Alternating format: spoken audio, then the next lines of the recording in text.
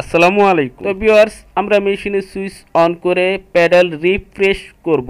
তার মানে প্যাডেলটাকে একটু চাপ দেব। চাপ দেওয়ার পর আমরা প্র্যাকটিক্যালিভাবে দেখতে পারবো আমাদের সমস্যাটা কি হচ্ছে।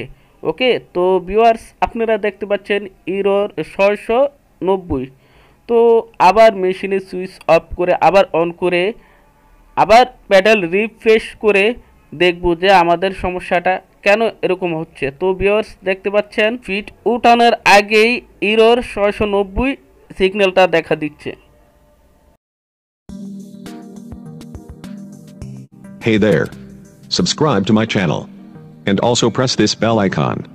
So you never miss any new updates, cause whenever we upload new video you will get a notification on your phone. Welcome back viewers, আমরা মেশিনের ব্যাক সাইডে চলে আসলাম।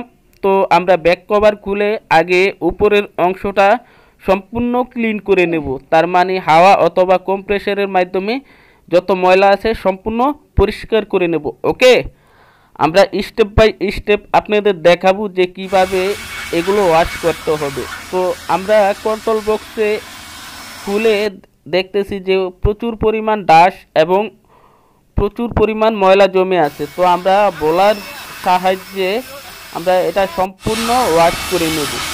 তো ভিউয়ার্স, এরর 690 দুটি কারণে আসতে পারে। তো আমরা ফার্স্ট অফ অল যে পার্টটি আছে সেটি আপনাদের দেখাচ্ছি, যে যতগুলো জ্যাক আছে সব জ্যাক খুলে আপনারা ওয়াশ করে নেবেন।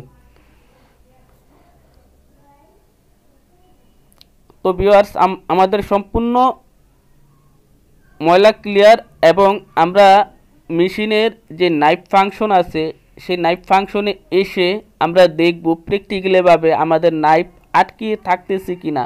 অনেক সময় নাইফ আটকিয়ে থাকলেও এরর 690 এই সিগন্যালটা দেখা দিচ্ছে। তো ভিউয়ার্স, আমরা এটা প্র্যাকটিক্যালিভাবে নাইফের সমস্যাটাও পেয়েছি।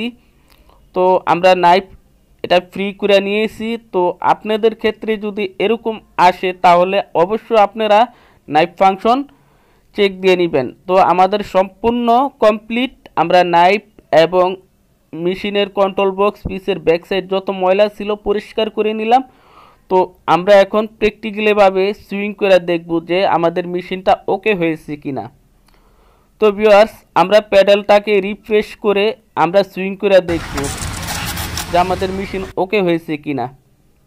তো ভিউয়ার্স দেখতে পাচ্ছেন আমাদের এখানে কোনো সিগন্যাল নেই এবং কোনো সমস্যা হচ্ছে না। তো দেখতে পাচ্ছেন আমাদের মেশিন এখন রান হয়েছে। তো ভিউয়ার্স, যদি ভিডিও ভালো লাগে লাইক কমেন্ট শেয়ার করবেন। তো ফ্রেন্ডস, আপনারা সম্পূর্ণ ভিডিওটা দেখলেন। যদি ভিডিওটা ভালো লাগে অবশ্যই একটি লাইক দিবেন, আর যদি বুঝতে অসুবিধা হয় অবশ্যই আমাদের নিচে কমেন্ট বক্স আছে, কমেন্টের মাধ্যমে আমাদের জানাবেন। আমরা কমেন্টের মাধ্যমে আপনাদের রিপ্লাই উত্তর দিয়ে দেব। ওকে, যদি ভিডিওটা ভালো লাগে আমাদের যত সকল মেকানিক্যাল আছে সবার মাঝে এই ভিডিওটা শেয়ার করে দিবেন। তাহলে আশা করি আপনার একটি ভিডিও শেয়ারে অনেক মেকানিক্যাল ভাই কাজ শিখতে পারবে। তো অবশ্য আপনারা নিজের স্বার্থের জন্য কাজ করবেন না, সবার স্বার্থে কাজ করুন, তাহলে দেখবেন যে বাংলাদেশ অনেক দ্রুত এগিয়ে যাবে। তো এই পর্যন্ত সবাই ভালো থাকবেন। আল্লাহ হাফেজ।